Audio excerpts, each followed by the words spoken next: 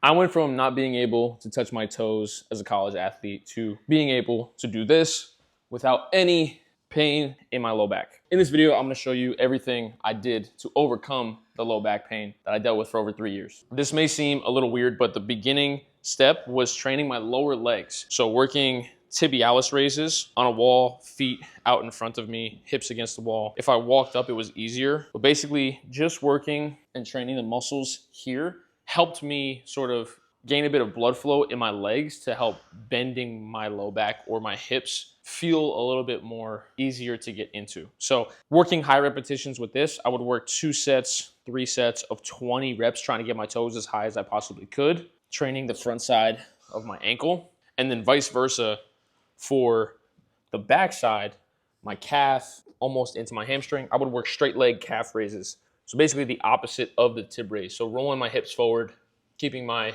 head high, trying to get as high as I can in a calf raise, and then control all the way down till I feel that stretch in my calf at the bottom. Now again, does this have anything to do with my low back? Technically, it does, just because from the ground up approach, like working from my foot all the way up to my hips, was the easiest way for me to not push through pain and really just like send blood flow down to the lower body. So yeah, I worked 2 to 3 sets of 20 reps of these, as well as like a superset with tib and calf raises. That's just like a simple warm up to get into the more important stuff. So now that my ankles and below my knee is warmed up, what's next is training all 4 areas of the hips and low back in just simple mobility movements, but they scale. So starting with the back side of my body, I just worked the elephant walk, starting at a high level with my hands and then progressing to lower. But basically you bend both knees and extend one leg at a time, squeezing the quad, trying to put majority of your weight on that leg. Bend both again and extend. And I started very high just because this is the only amount of bend that I could get. As I progressed, I was bending my elbows and extending, trying to get my head lower and lower. Also, my low back rounded more to open up my hamstrings, feel better in that stretch. Notice how I'm being very patient. Eventually, I got to a point where I could do it on the floor, bending both knees and extending one leg all the way. But again, this took me probably about over a year to get to. The key was just being really consistent with this movement 3 times a week. So that's the back side. To train the front side, the easiest movement that I worked was the split squat. And again, I started at a very high level. What did this help with? Well, opening up the hip flexor. I was a college athlete, sitting a lot. And so this area of the body was really tight and weak. So this is what helped a lot. Starting high, trying to get the most knee bend I possibly could and getting forward, trying to open up my ankle as well. And so you see my back leg right here. I want to extend it the most that I can and keep my chest high, trying to really open up that back hip. All I did was just spend 30 seconds in this position very actively and relax, and then just work the other side. To be honest, my right side was way tighter and I was like struggling. Leg was shaking. I didn't have as much knee over toe, so I needed some help. I also used something to help me. So I was working there for a good period of time. Then I progressed to lower levels, which helped me gain more mobility in the hips, but also strength because gravity's pulling me down. So like me keeping my back leg active is actually helping me gain strength in my hip flexor, not just flexibility. So just holding that at a deeper level was key for the front side of my hip. The first 2 is the back side, the front side. Moving on to 3 and 4, the inner area of the hip, groin, adductor. Sometimes this area is very vulnerable. I had some pinching in my hip and hip impingements and stuff like that, which kind of stemmed into like low back pain as well. So the easiest way for me to start training this area was a wall groin stretch.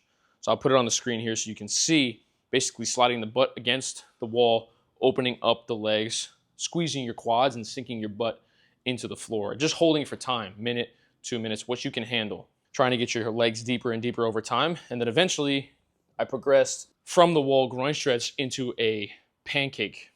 And what this is just getting wide with the feet, locking out the legs, and trying to get my hands here. Wider and wider was the goal for me to open up this area, but I really just started here and just spent time in that position. I also opened up my hamstrings with this movement, but really the goal was the groin. So getting wider and just holding an isometric here. And again, I'm gaining strength and flexibility at the same time. So that's what really gave me long-term relief. Finally is the outer hip. And the simplest way for me to work this was a pigeon push-up.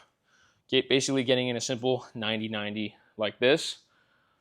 But what I was taught often is just go back and forth, and this is going to improve your hip mobility, which it partially did, but this helped in a way where I wasn't just feeling temporary sort of relief. I like completely got out of the low back pain that I was dealing with. And I also dealt with sciatica, which is like that shocking feeling down the leg. So this really helped. Basically what you want to do is my hand is here, my other hand is here, and I'm trying to reach my chest as deep as I possibly can, trying to feel a stretch in that outer hip, and then I'm pressing the knee into the floor, getting repetitions. Now, I also had pinching here, so I worked just like bringing the foot in a little bit, and that helped. Really just getting my chest over my knee. If I felt cramping on the backside, I turned a little bit more. That also helped. And so it was almost like a push-up for my glute. So stretch at the bottom and then pressing back up. And I worked at 10 to 15 reps each side very consistently. And so that is working all 4 areas of the hip and not skipping any one of them. That was very important in the process of me getting out of the back pain that I was dealing with. Just trying to gain more mobility around the area. Okay, next and final step is really gaining strength in the backside and the front side for stability in the low back itself and the core muscles. Easiest way for me for my backside was working a back extension. Go to any gym, I guarantee you they have one. Putting this just below my hip height. All I did was literally just work an isometric in this position, holding for 45 seconds to a minute, whatever I could handle. Maybe if I was using just assistance just like this, that's all I was doing. Eventually, I wanted to get deeper in reps to sort of build like strength, kind of like I'm doing a bicep curl, but for my low back.